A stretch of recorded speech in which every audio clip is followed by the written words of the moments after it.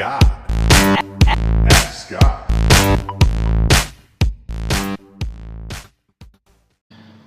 Hi Scott, this is Lauren from Canberra, Australia. I'm really enjoying your podcast on the Amazing Seller. Thanks for all the information.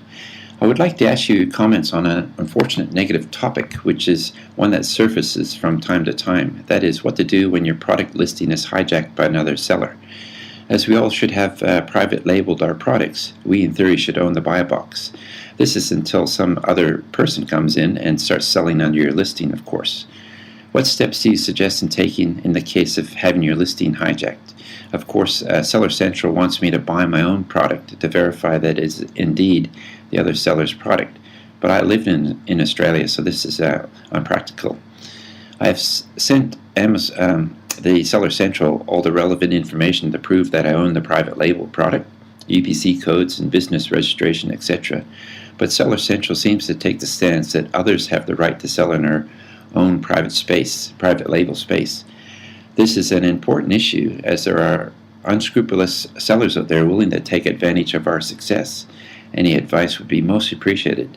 Once again, thanks Scott for your help and excellent information. I really enjoy the podcast. Thanks again. Hey, Lauren from Australia. I just mentioned that in the last question in the beginning, how I love it, how people call from different countries, and here you are calling from Australia. Love that. All right, cool. I'm going to give you, I guess, some information here. I can't give you what I've done because it hasn't happened to me. Knock on wood. I'm going to knock now. You probably hear it. It hasn't happened to me, and I hope it never does. But if it does, and Brody just barked when I did that. He thought someone was probably at the door. But all I can do is give you what has been kind of told, to me by some of my listeners. And the one I'm going to read to you is a letter that she used and it worked. And I'm just going to also give you kind of like the email that she sent me with like the steps that she used. So hopefully this will be helpful to any of you that are facing this thing called hijacking. All right. So this is what she had wrote, and this is a cease and desist letter that she used, and that I'll make a swipe file here for you on this particular episode. So you can just visit the episode here, which is episode number 97. So theamazingseller.com/97. You can just copy and paste this and customize it to your liking for your product. So basically, this is the letter. I'm going to read it word for word. So company brand. So basically you're going to put in whatever the brand is. Compliance office is sending you this cease and desist order to remove all items having and she's got in brackets company, so whatever your company brand is, from this site under your seller account, and cease all future sales of this brand. Amazon terms of service, Amazon does not allow unauthorized seller or selling of product, as it makes Amazon liable for allowing copyright and trademark infringement. In addition, products sold under a listing must match that listing exactly.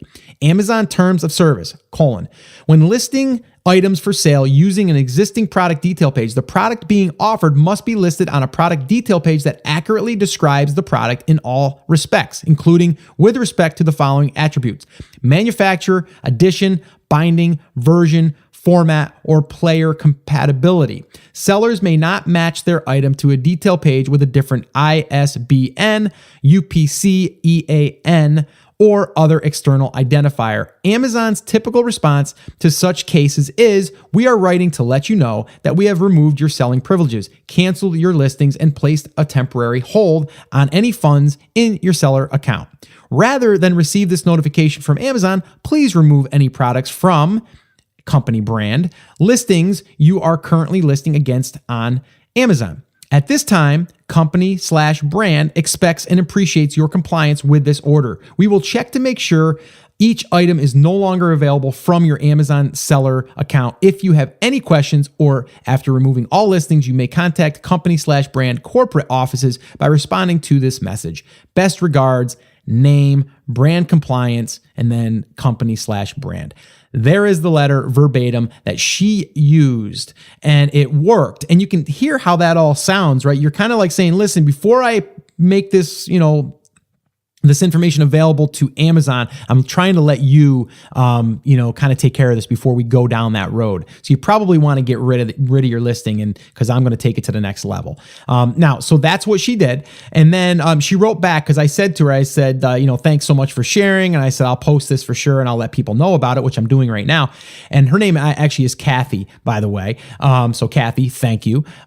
So she says, okay, so she said, this is my second hijacker on this particular product. My standard process for dealing with hijackers is to, number one, do a test buy, and when I receive it, 2, document the differences in products and report it to seller performance. This works, but it can be a long and drawn out process, as dealing with the seller performance can be slow and cumbersome. I think it's run by robots, smiley face. This particular seller was slow to ship. Estimated arrival date was 6 weeks out, and they were aggressively going after the buy box. So hence the cease and desist to get them off as soon as possible. I customized the letter below and sent it to them via Amazon communications channels, contact seller. They responded and removed the listing overnight, canceled my order, test buy, and apologized. So the letter worked perfectly. I'm sure I'll deal with this again and may deal with sellers that are less cooperative, but this is a great tool and I'm sure it'll work more often than not. Hope this helps. Let me know if you need any other information. So again, Kathy, thank you so much for sharing that.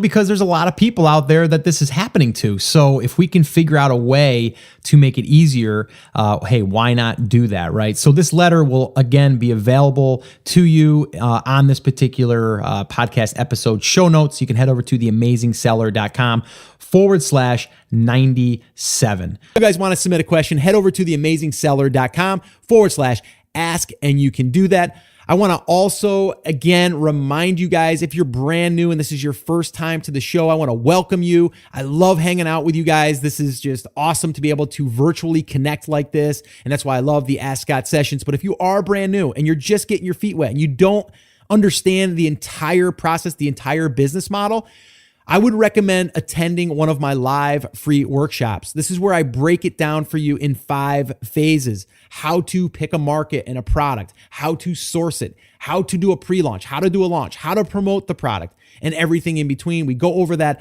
on a workshop, and we go through every single thing. We also do live Q&A. So if you want to attend one of them, I would love to invite you to the next one, and you can register for the next one by heading over to theamazingseller.com/workshop, and you can register there for an upcoming workshop.